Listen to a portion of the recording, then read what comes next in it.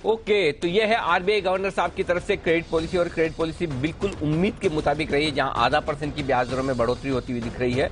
और अब ये ब्याज दरें जो रेपो रेट है 4.4% से 4.9% कर दी गई है। सबसे खास बात यही है। दूसरी खास बात यह कि इस बार सीआरआर में किसी तरह की कोई बढ़ोतरी नहीं की गई, यानी कि सिस्टम में से लिक्विडिटी और कम करने का फिलहाल आरबीआई गवर्नर साहब का इरादा नहीं है।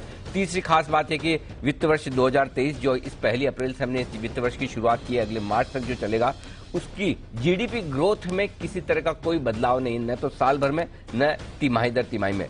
7.2% की जो जीडीपी ग्रोथ का आंकड़ा था वही जस का तस मेंटेन रखा है। लेकिन पॉलिसी में जो कुछ भी अगर खराब और चिंता की बात है तो वो है महंगाई, और महंगाई की चिंता आरबीआई गवर्नर को दोनों फ्रंट पर है, ग्लोबल महंगाई की भी और साथ ही साथ लोकल खाने पीने की चीजों की महंगाई की भी। फूड इन्फ्लेशन अभी भी ऊपर है और आरबीआई गवर्नर साहब के एक्सेप्ट करने के दायरे से बाहर है।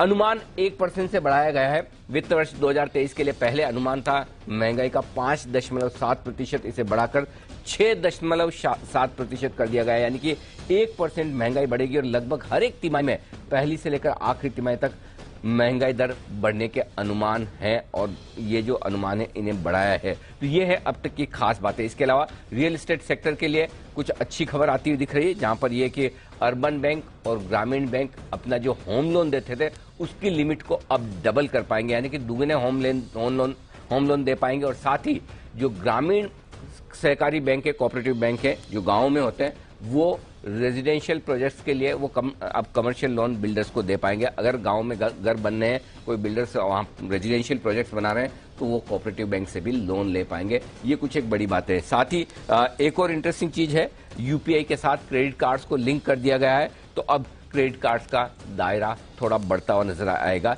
ये सारा का सारा एक्शन है। आइए